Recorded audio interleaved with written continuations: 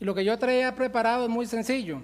Básicamente, ¿por qué llegamos a la Corte Interamericana después de 12 años de sufrimiento absoluto, no solo para las 18 personas que estaban en la demanda, sino para muchísimas personas que no estaban en esa demanda y que han tenido que sufrir simple y sencillamente las consecuencias de una pésima decisión de la Sala Constitucional en el año 2000?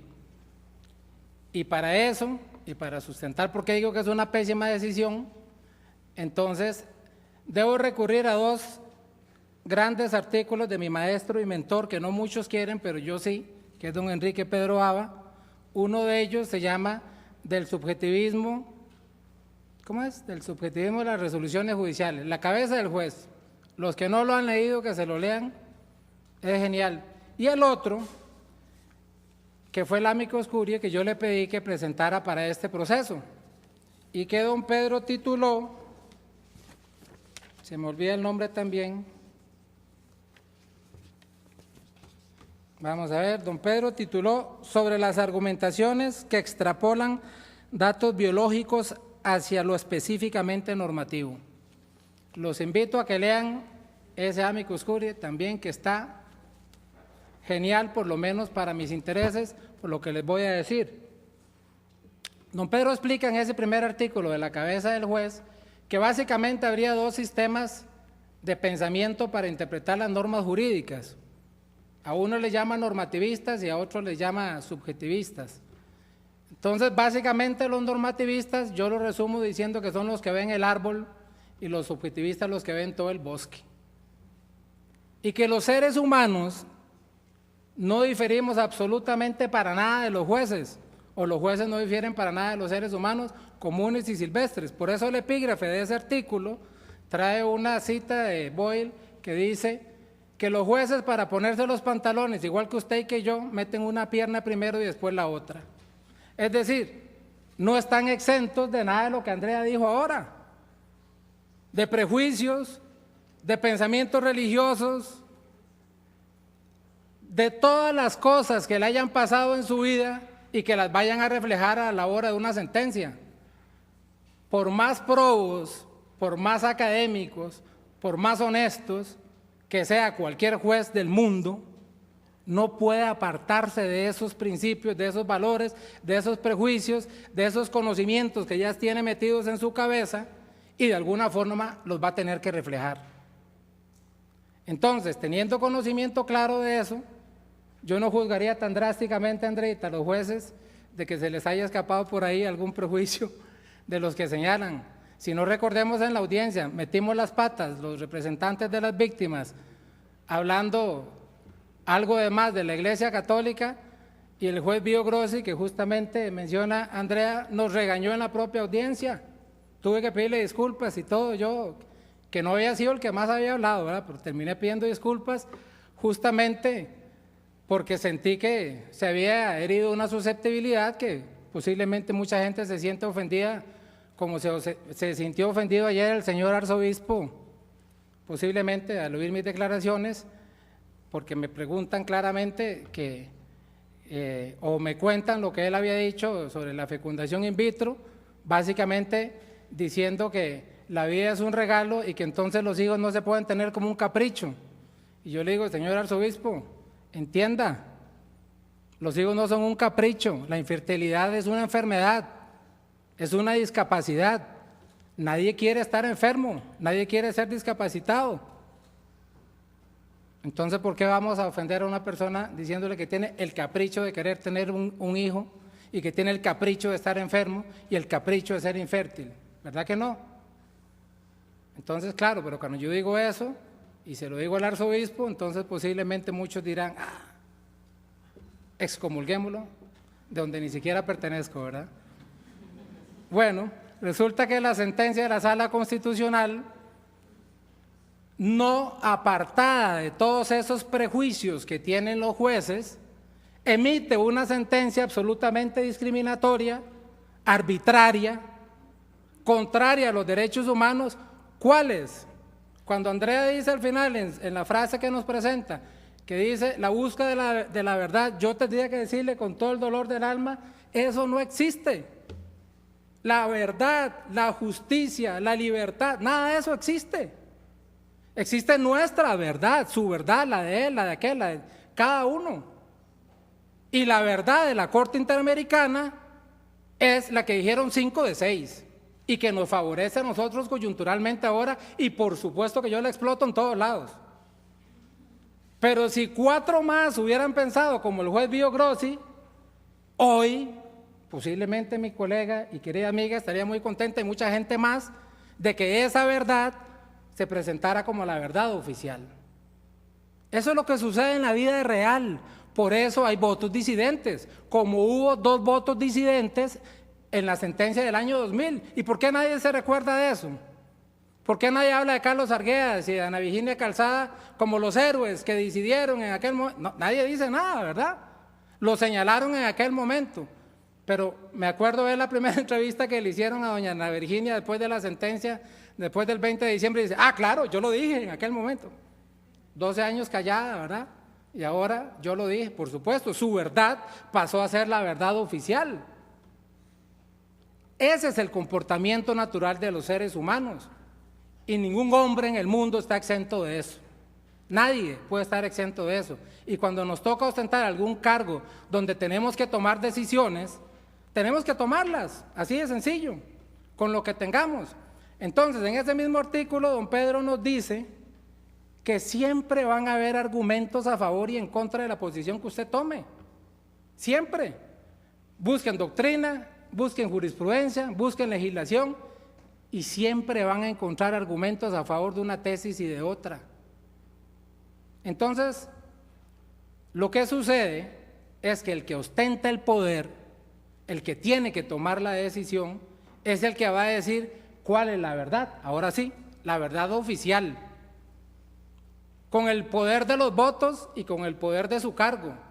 Por eso 5 de 6 en este caso establecieron una verdad que jurídicamente es irrefutable, porque ya no tiene más allá. Nos guste o no nos guste, esa es la verdad oficial en este tema. Pero la verdad de la Sala Constitucional, cuando prohibió absolutamente la fecundación in vitro, y ya vamos a ver que se toma muy bien en este caso, la verdad de la Sala Constitucional se basaba en 3 ejes. 1, el principio de reserva de ley, que todos lo conocen, así que no voy a perder tiempo hablando de eso. El otro, la violación al derecho a la vida, que lo sustenta justamente en un concepto muy particular de concepción que lo equipara, lo hace sinónimo de fecundación. Y entonces, oiga, 13 años después todavía oigo yo hablando a Carlos Avendaño del mismo concepto. O sea, de nada sirvió esta sentencia, de nada sirvió la discusión de 12 años, porque precisamente sigue creyendo que el concepto verdadero es el que había dado la Sala Constitucional años atrás. Y el otro, que me parece nefasto y el peor de todos, y así lo hice ver en las audiencias, es la invasión de poderes, el irrespeto absoluto al poder legislativo que tuvo la Sala Constitucional cuando dice la siguiente frase en esa sentencia del 2000: por contravenir la técnica considerada en sí misma el derecho a la vida, debe dejarse expresa constancia de que ni siquiera por norma de rango legal es posible autorizar legítimamente su aplicación, al menos, se insiste, mientras su desarrollo científico permanezca en el actual estado y signifique el daño consciente de vidas humanas. O sea, no solo invade el poder legislativo para decirle cómo tiene que hacer una ley de previo, sino que lo hace a futuro. O sea, nunca más ustedes van a poder legislar sobre esto, a no ser que se superen las cosas que habían dicho. Pero las cosas que habían dicho, y la primera de ellas, la más aberrante, es que justamente la técnica era inhumana y que la técnica violaba los derechos humanos y que la técnica atentaba contra el derecho a la vida, en primer lugar porque se hacía fuera del cuerpo de la mujer, y al hacerse fuera del cuerpo de la mujer había una manipulación de esos embriones. Entonces la pregunta es, ¿cuándo se va a superar eso? ¿Alguien puede pensar en la fecundación in vitro sin que se haga fuera del cuerpo de la mujer y sin que necesariamente tengamos que ver a los embriones evolucionar hasta el 5.º día, que se llama blastocisto? para poder implantarlo en el cuerpo de la mujer. Eso no va a suceder nunca, porque la técnica consiste en eso y científicamente no va a poder cambiar, porque el día que no se haga fuera del cuerpo de la mujer y no se tenga que esperar a la evolución de esos embriones, entonces estaremos frente a un embarazo natural. Ya no tendría sentido hablar de una fecundación in vitro. Por eso lo de la sala, y esa frase en especial, fue una cortina de humo que se tiró y mantuvo engañada a muchísima gente durante 12 años. A mucha gente, muchos jamás lo vimos así. Todo esto, entonces, para contarles del segundo artículo de don Pedro, que se establece como un amicus curiae en este caso particular, donde don Pedro, en síntesis, dice, miren, hay argumentos biológicos que los abogados piensan, se imaginan, tienen divagaciones mentales pensando que son per se argumentos jurídicos. Y entonces se imaginan que el hecho de que el óvulo se una con el espermatozoide es un argumento jurídico irrefutable. Y no tiene que ver nada con lo jurídico. Es una posición científica a la que los abogados le damos algún título y lo amarramos a un concepto, nos enamoramos de él y lo defendemos como si fuera el único. Entonces, no se me olvida la risa que le provocó al juez Pérez cuando se estaba hablando de la interpretación del año 69 y la pregunta que él hizo fue pensar en la fecundación in vitro en el 69, ¿verdad? O sea, ¿a quién se le podía imaginar en ese instante que se podía hacer una técnica como esa? A nadie. Entonces, por supuesto que para hacer esa interpretación evolutiva, sistemática, histórica, de la que después nos habla la sentencia, había que necesariamente que hacer una verdadera evolución científica para poder tomar partido, ahí sí, jurídico sobre algo. Entonces, amarramos los dos artículos de don Pedro y decimos, ¿por qué se tomó la decisión o por qué tomaron 5 de los 6 jueces de esta Corte la decisión de adoptar como suyo y como gran verdad el término concepción en la forma que lo hicieron? ¿Alguien me puede decir simple y llanamente por qué? Vienen súper tímidos ustedes y no los voy a forzar. Don Pedro diría porque les dio la gana, porque tienen el poder para tomar la decisión. Entonces escogen entre un concepto y otro, entre una posición y otra. Y ellos lo explican en la sentencia y dicen claramente por qué deciden entre tantas, aunque no haya consenso, Andreita, como posiblemente, perdón, es que somos muy amigos y les llamo así, pero aquí estamos serios, entonces, doctora, no hay nada de malo en que tomen una posición. Tomaron la posición que querían tomar y para ello se basaron en argumentos muy sencillos. Recuerdo cuando yo le hago el recordatorio a la jueza Macaulay que ella hizo una pregunta muy sencilla. Le preguntó al perito Caruso, mire, ¿hay alguna forma de que ese embrión fuera del cuerpo de la mujer pueda llegar a ser un ser humano? ¿Hay alguna forma de que ese embrión fuera del cuerpo de la mujer pueda tener vida? La respuesta del perito y de cualquier persona sensata en este mundo tiene que ser no. A los 5 días de estar en el mejor laboratorio del mundo, si ese embrión no se crioconserva, desaparece. No hay ninguna posibilidad que tenga una sobrevivencia, para usar un término ahí que tiene sus conflictos, porque entonces sería admitir como que tenía vida, ¿verdad? Pero es que hay que utilizar algún sinónimo que calce. Entonces, digamos que desaparece al 5.º día. La única forma de que sobreviva es que esté anidado en el útero de la mujer. Por eso, la Corte adopta el concepto que más claro le queda, en el sentido de que la concepción es un concepto ligado a la mujer y no al embrión. solo puede concebir la mujer y se considera una concepción 10 segundos o 10 minutos. Ah, no, hombre, hablo, en 10 minutos digo más de lo que he dicho. Entonces, el término de concepción que se adopta es justamente ese, el que ellos prefieren, el que dice simple y sencillamente que no hay posibilidad de vida sino hasta que ese embrión está en el útero de la mujer. Y así lo explican a partir del 175 y dan todos los argumentos habidos y por haber y repasan todas las distintas justificaciones históricas, sistemáticas, evolutivas, sacan a la Corte Europea, a la Corte Africana. Ustedes ya leyeron la sentencia y ustedes saben todo el sustento que se le da a un argumento que se resume muy simple. Decidimos aceptar el término concepción tal y como los científicos lo explicaron en el caso. ¿Cuáles científicos? Los que a ellos les mereció más credibilidad. ¿Por qué le dieron más credibilidad a lo que dijo el doctor Segers que a lo que dijo el doctor Caruso? Porque les da la gana. ¿A quién le tienen que pedir cuentas? A nadie.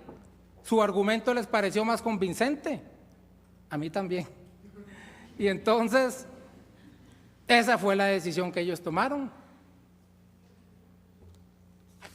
Cuando nosotros empezamos a ver entonces, veamos el 186, el punto 186 de la sentencia.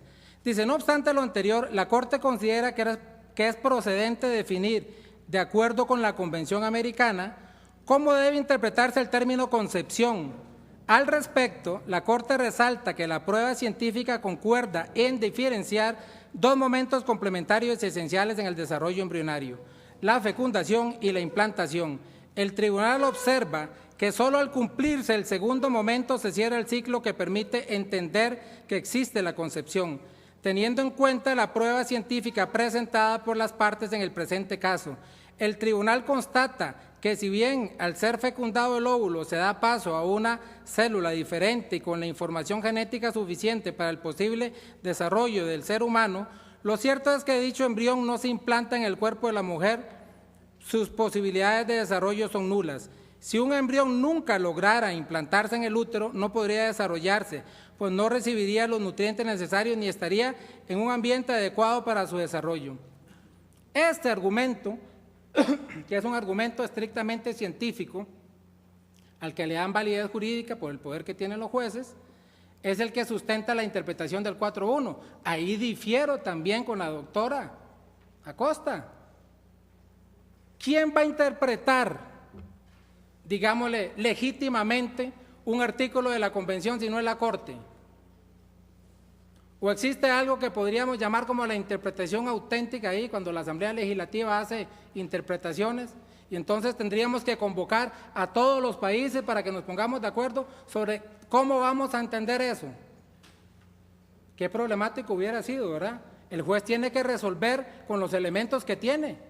Y yo no puedo criticar a los jueces de la Corte Interamericana porque toman una decisión firme teniendo la autoridad para hacerlo.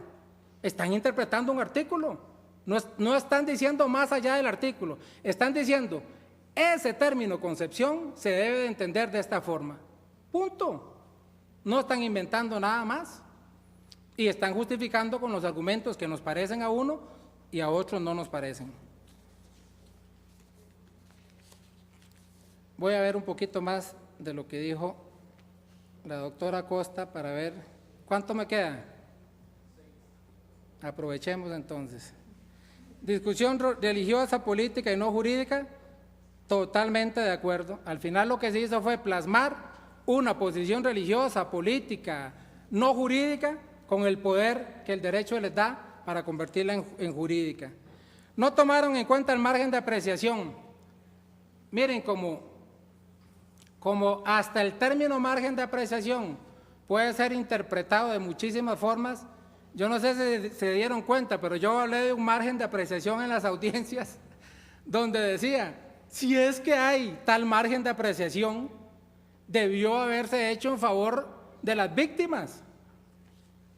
y decir, miren, ¿cómo vamos a hablar de un derecho absoluto o decir, darle cualidades de absoluto a un derecho, aunque sea el derecho a la vida, ignorando a todos los demás? Si es que existe tal margen de apreciación, lo que debieron haber hecho los jueces constitucionales de Costa Rica era hablar, de hacer un balance, de hacer un consenso, 5 minutos, y decir, mire, hagamos ese balance, ese equilibrio entre el derecho a la vida y los otros derechos que están en juego, como el fundar una familia, todo el asunto de la discriminación y todo lo demás. Por eso saco un video de doña Laura Chinchilla para demostrar que es absolutamente política la decisión que hay que tomar. Entonces, doña Laura, claro, en campaña, por supuesto, ¿verdad? Eso no lo dije en las audiencias, pero el video era de la campaña, no era cuando ya era presidenta. Entonces, en la campaña ella dice que justamente hay que hacer ese balance entre las diferentes posiciones. Una vez de presidenta toma su posición y todo el mundo la conoce, pero el video correspondía a la campaña política. Entonces ese es el margen de apreciación que yo creo que era del que se tenía que hablar. Y el tal consenso es justamente ese. El artículo 31 del Código Civil, la historia de los 300 días, claro, viene del derecho romano y todos los asuntos patrimoniales. Oiga, y la sala lo agarra para hacer una interpretación constitucional, ¿verdad? Claro, esta sentencia de la Corte vino a derribar todos los conceptos de derecho privado que don Víctor Pérez nos enseñó, ¿verdad? A Dios gracias, digo yo, por el tema este en particular, ¿verdad? Y entonces ya el concepto de persona no podemos verlo de la misma forma. Pero ese asunto de los 300 días también. O sea, ¿por qué así se le quería dar una interpretación? O sea, si se quería agarrar una norma del derecho civil y convertirla, constitucionalizarla, por decirlo de alguna forma, ¿por qué no se dijo, mire, 300 días constitucionalmente y con el tema que tiene que ver con la fecundación in vitro, 300 días antes de que esa pareja tomara la decisión de tener un hijo?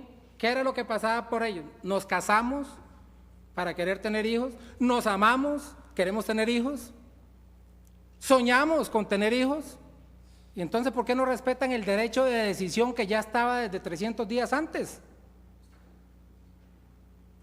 Un derecho constitucional. Ya estaba tomado por esa pareja 300 días antes. ¿Y saben por qué no pudieron ser padres? Porque físicamente estaban impedidos para ello. Y había una técnica que lo permitía. Y si hablamos, doctora Costa, por supuesto que sí hablamos de la infertilidad masculina. Tanto es así que yo escogí como mi testigo a una mujer que no tenía ningún problema de infertilidad, que se llama Iliana Enchós. Absolutamente fértil, tanto así que ya tenía un hijo. Y no pudieron tener hijo como pareja porque su esposo era infértil. Y tuvo que soportar que un médico de este país le dijera que se buscara otro marido. Oigan ustedes hasta dónde llega lo aberrante de estos casos. Entonces, por supuesto que hablamos de infertilidad masculina, pero eso se convertía en una infertilidad de pareja, porque yo decido estar con la persona que quiero estar y con la persona que quiero tener hijos. Ese es el respeto que pedimos nosotros. Señores, no se olviden de los artículos de don Pedro, se los recomiendo. Felicito a la asociación por haber creado, Andrea, crearon el premio Pedro Baba a la investigación científica, eso me encanta. Ahora sí voy a empezar a investigar a ver si me lo dan algún día. Lo otro que quería decir, no quiero irme, quiero agradecerle, y yo sé que tal vez no es el foro, pero pocas veces tengo la oportunidad de estar aquí con la gente de los derechos humanos, al Centro de Derechos Reproductivos, una organización muy respetada, que yo quiero mucho y que me ayudaron montones en este caso.